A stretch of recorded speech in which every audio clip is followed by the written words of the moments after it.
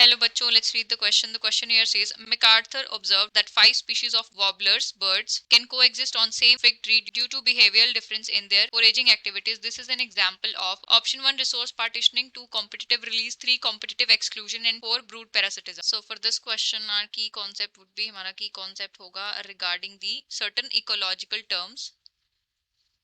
Ecological terms हम ecology में हम बेसिकली स्टडी करते हैं ऑर्गेनिजम्स की interaction with their environment and organisms की इंटरेक्शन एक दूसरे के साथ और उनका डिस्ट्रीब्यूशन पैटर्न के बारे में. सो यहाँ पे हमें उससे रिलेटेड कुछ टर्म्स हैं. सबसे पहले हम एक एक करके बात करते हैं. सबसे पहले है रिसोर्स पार्टिशनिंग. रिसोर्स पार्टिशनिंग से हमारा मतलब क्या है? इसके अंदर क्या होता है, स्पीशीज जो है को एग्जिस्ट करना लर्न करती हैं.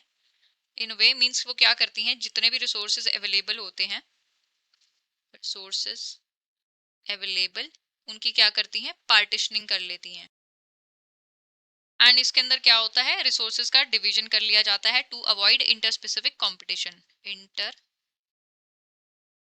Specific competition. सपोज कोई भी एक रिसोर्स है, फूड रिसोर्स है, एंड उसको फीड करने वाले 4 ऑर्गेनिज्म है या 4 टाइप की स्पीशीज हैं, बट वो रिसोर्स क्या है, वो लिमिटेड है. लेकिन अगर इन चारों को एग्जिस्ट करना है तो ये क्या करेंगे, अपनी हैबिटेट्स को, अपने बिहेवियर को इस तरीके से मॉडिफाई कर लेंगी कि चारों के चारों जो है इसके ऊपर फीड कर सके, सो दे कैन को एग्जिस्ट. सो इसी को बोलते हैं हम रिसोर्स पार्टिशनिंग. उसके बाद दूसरी टर्म है हमें गिवन है कॉम्पिटिटिव रिलीज. सो कॉम्पिटिटिव रिलीज के अंदर क्या होता है, मान लो ये हमारे पास कोई स्मॉल जियोग्राफिकल एरिया है, small geographical area, graphical area. दो, इस एरिया के अंदर मान लेते हैं 2 स्पीशीज प्रेजेंट हैं, ए और बी, और ए और बी में से ए वाली जो है थोड़ी सुपीरियर है. सो अगर एक्सपेरिमेंटली इस ए वाली स्पीशीज को यहाँ से हटा दिया जाए, रिमूव कर दिया जाए, तो उसके बाद जो बी वाली स्पीशीज है ये अपना नंबर एक्सपेंड करेगी. एंड इसी को हम बोलते हैं कॉम्पिटिटिव रिलीज. मींस इसका जो कॉम्पिटिटर था ए वाला, उसको हमने एक्सपेरिमेंटली रिमूव कर दिया, तो उसके बाद ये अच्छे से फ्लरिश करेगी. उसके बाद थर्ड टर्म हमें गिवन है कॉम्पिटिटिव एक्सक्लूजन.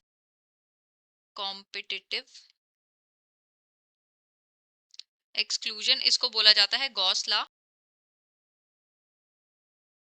सो इसके अंदर क्या होता है कि 2 कॉम्पिटिंग स्पीशीज होती हैं, वो सेम रिसोर्स के लिए फाइट कर रही होती, लेकिन वो एक साथ कोएग्जिस्ट नहीं करती हैं. सो उसके अंदर क्या होगा, मान लो एक रिसोर्स है, इसके लिए 2 स्पीशीज फाइट कर रही हैं, सी और डी, लेकिन ये कोएग्जिस्ट नहीं करेंगी, ये इसको डिवाइड नहीं करेंगी. इनमें से नेचुरल सिलेक्शन होगा, तो जो इनमें से जो बेटर एडेप्टिव स्पीशीज होगी वो अपने आप को आगे एक्सपेंड करेगी. उसके बाद लास्ट वाली टर्म है हमारे पास ब्रूड पैरासिटिज्म. सो ब्रूड पैरासिटिज्म में क्या होता है, इसके अंदर जो पैरासिटिक बर्ड होता है वो अपने एग्स को ले करता है होस्ट के नेस्ट के अंदर. पैरासिटिक बर्ड ये क्या करेगा,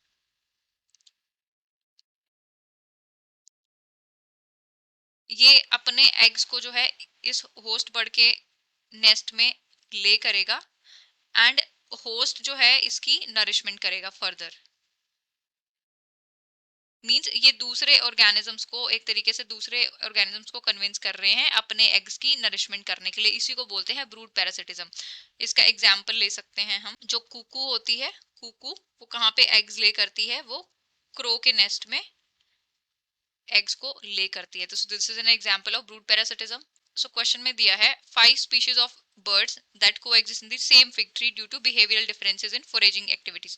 मींस 5 स्पीशीज हैं, वो एक ही ट्री पे एग्जिस्ट कर रही हैं, बट उन्होंने अपनी फोरेजिंग एक्टिविटीज को इस तरीके से मॉडिफाई कर लिया है, फीडिंग हैबिटेट्स को इस तरीके से मॉडिफाई कर लिया है कि वो पांचों को एग्जिस्ट कर रही हैं. तो मींस उन्होंने रिसोर्स की क्या कर ली है, पार्टिशनिंग कर ली है. तो ये हमारा ऑप्शन होगा करेक्ट, ऑप्शन 1. तो इस फिनोमेना को बोलेंगे रिसोर्स पार्टिशनिंग. तो हमारा करेक्ट ऑप्शन होगा ऑप्शन 1.